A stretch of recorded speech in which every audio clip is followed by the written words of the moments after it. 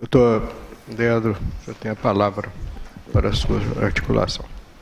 Muito obrigado, senhor presidente, senhores membros dessa corte, excelentíssimo senhor representante do Ministério Público Eleitoral, colegas advogados, serventuários da Justiça, um bom dia. Senhores, iniciarei pela manifestação sobre a impugnação do demonstrativo de regularidade de atos partidários, de forma breve, e em seguida eu passo para o registro de candidatura. O Partido Nacional dos Trabalhadores e a coligação Reconstruindo Tocantins impugnaram o DRAP, demonstrativo de regularidade de atos partidários, da coligação A Verdadeira Mudança, sob a argumentação de que o Partido dos Trabalhadores do Estado de Tocantins teria não observado algumas regras, diretrizes estabelecidas pela Nacional. Antes de entrar no mérito, eu só quero aqui de forma breve arguir a preliminar de ilegitimidade da coligação Reconstruindo Tocantins, integrada pelos partidos PDT, PSD, Avante, PEN e PSC. E por que dessa preliminar? A questão que nós estamos debatendo é questão de matéria interna corpore e deve ser arguída dentro do seio do partido. Então, pessoas estranhas são, obviamente, parte ilegítima para arguir essas pseudas ilegalidades. Os impugnantes alegam que no dia 23/4, a Executiva Nacional, reunida em Curitiba, deliberou-se pela anulação da convenção do Partido dos Trabalhadores do Estado de Tocantins e, consequentemente, a formação da coligação das eleições suplementares realizadas no dia 22. E qual que é o fundamento que eles utilizam? É que o PT do Estado de Tocantins teria deixado de cumprir as diretrizes estabelecidas pela Nacional. E o que eles trazem nos autos para comprovar que não houve essa observância das diretrizes? Eles trazem uma resolução aprovada no dia 16 de dezembro de 2017, e aqui começam as incongruências, as contradições. Primeiro, essa resolução aprovada em 16 de dezembro de 2017, ela teve como escopo, como objetivo, as eleições ordinárias no mês de outubro. Em momento algum, tratou-se de eleição suplementar. Segundo, essa resolução ela não observou o prazo para publicação no Diário Oficial previsto no parágrafo 1º do artigo 7º da Lei 9.504. Mas se isso não for bastante, excelências, vamos adentrar no mérito da resolução. O que a resolução diz? Que os impugnantes estão se sustentando para impugnar o demonstrativo de regularidade de atos partidários. Eles dizem que na resolução está de forma expressa que o Partido dos Trabalhadores, nas eleições gerais de 2018, não poderão realizar alianças com partidos e personalidades que foram favoráveis ao processo de impeachment da ex-presidente Dilma. E aqui eu já trago de plano a vossas excelências uma carta, um manifesto assinado por 14 prefeitos de capitais, protocolizada pessoalmente com a ex-presidente Dilma, em que um dos subscritores é o ex-prefeito da capital, Carlos Henrique Franco Amasta, e ora presidente do PSB do Estado de Tocantins. Permito a leitura só do primeiro parágrafo dessa carta.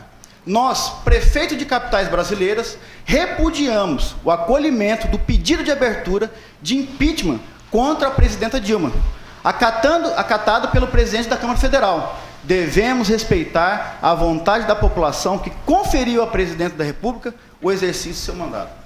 Então, fica nítido aqui que não houve nenhuma inobservância das regras, das diretrizes estabelecidas pelo PT Nacional. E para finalizar, excelência, eu trago aqui uma reunião extraordinária realizada no dia 4 de abril pela executiva do PT do Estado de Tocantins, em que deliberou-se, traçou diretrizes para as eleições suplementares.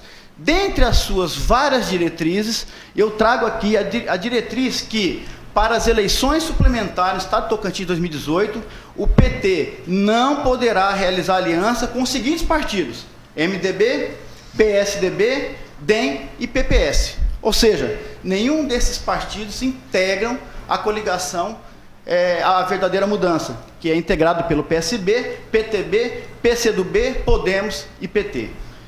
Excelências, fica evidente que a Executiva Nacional, de forma absolutamente arbitrária, ilegal e imoral, você está querendo invalidar um ato, uma deliberação que foi colhida de forma democrática e legítima pelo Partido dos Trabalhadores do Estado de Tocantins. Dessa forma, a gente requer a improcedência das impugnações e o deferimento do demonstrativo de irregularidade de atos partidários. Muito obrigado.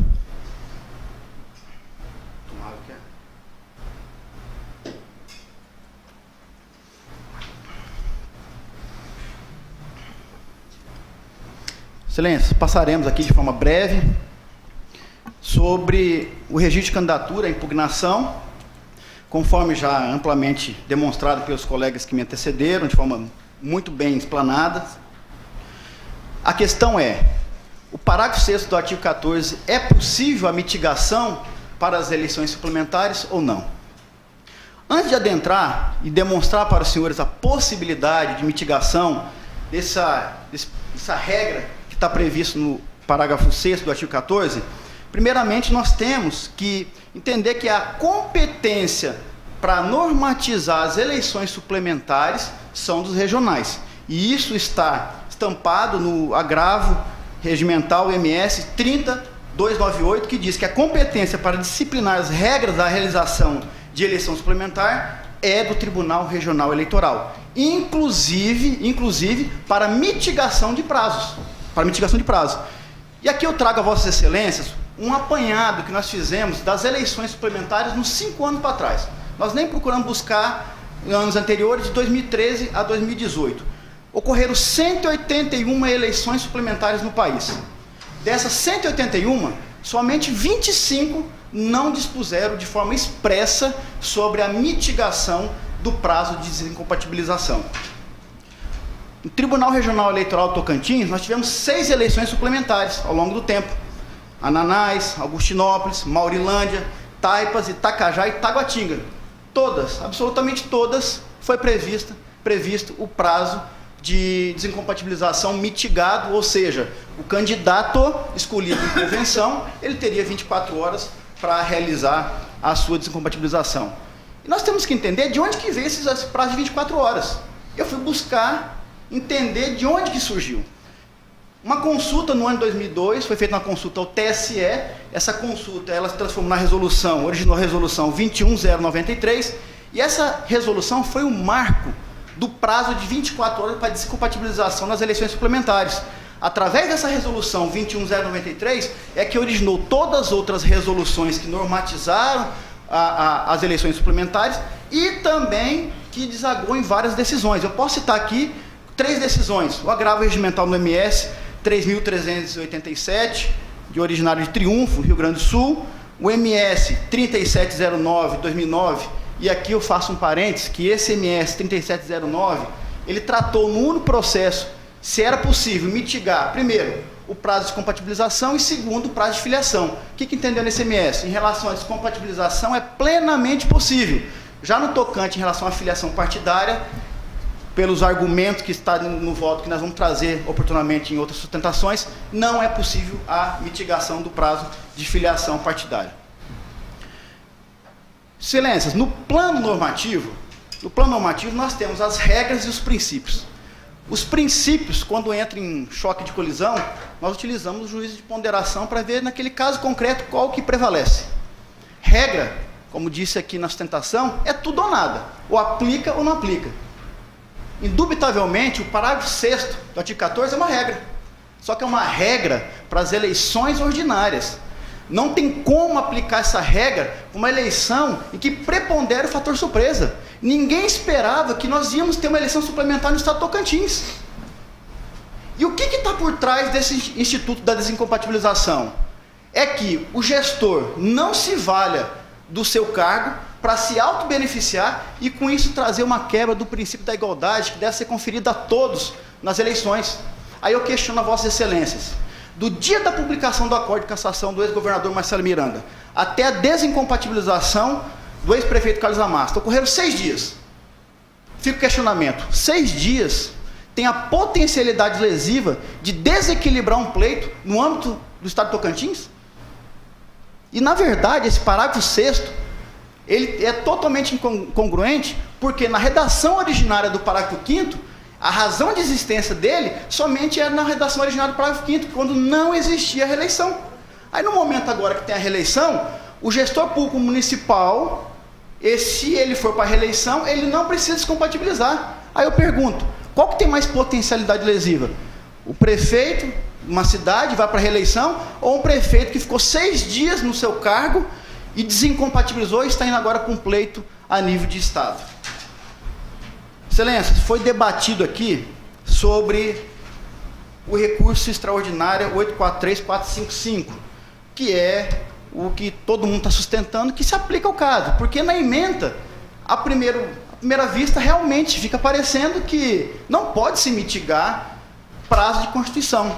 Só que nesse caso específico não tratou de prazo de descompatibilização. O que foi tratado ali é da inelegibilidade reflexa, é daquela vedação da perpetuação na família no poder. O caso concreto era o prefeito que foi cassado dentro dos 6 últimos anos, 6 meses do mandato, e que colocou a esposa para registrar sua candidatura. E ali nos votos, que eu vou pedir a permissão para os senhores para ler trechos dos votos, é que nós vamos extrair e demonstrar que, obviamente, não se aplica ao caso concreto. Permito aqui a leitura de 3 votos. Primeiro do relator, o ministro Teori, ele diz o seguinte: ora, a causa de inelegibilidade apreciada no citado precedente trata do parágrafo 7 do artigo 14. Refere-se à vedação ao 3º mandato do mesmo grupo familiar, cuja finalidade principal é a vedação da perpetuação da mesma família no poder. Isso é, instituto da inelegibilidade reflexa. Cumpre anotar que, no caso dos autos em que está em causa a realização de eleições suplementares para o cargo de prefeito, afastado por irregularidade em que a candidata é a sua esposa, a questão da inelegibilidade reclama compreensão própria, como está patente no parágrafo 7º do artigo 14. A hipótese é de inelegibilidade e não de desincompatibilização, de sorte que não se trata de providência a ser adotada pelo candidato.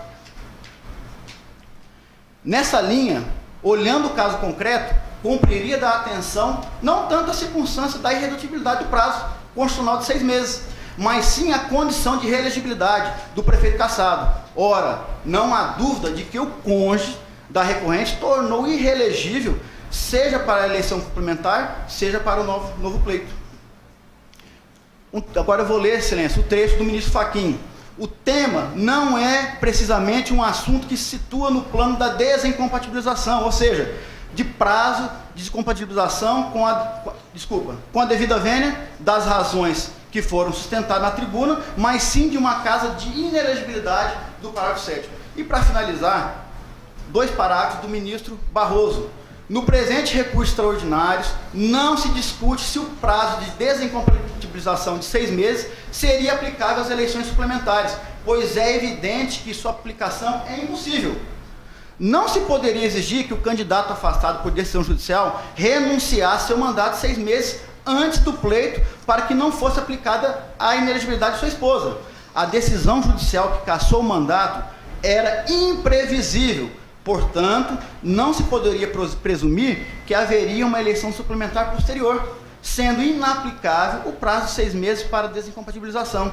E ele finaliza dizendo, portanto, a questão aqui discutida não é de aplicação do prazo de desincompatibilização, mas sim saber se a inelegibilidade reflexa atinge a esposa do prefeito cassado, impedindo-a de concorrer nas eleições suplementares.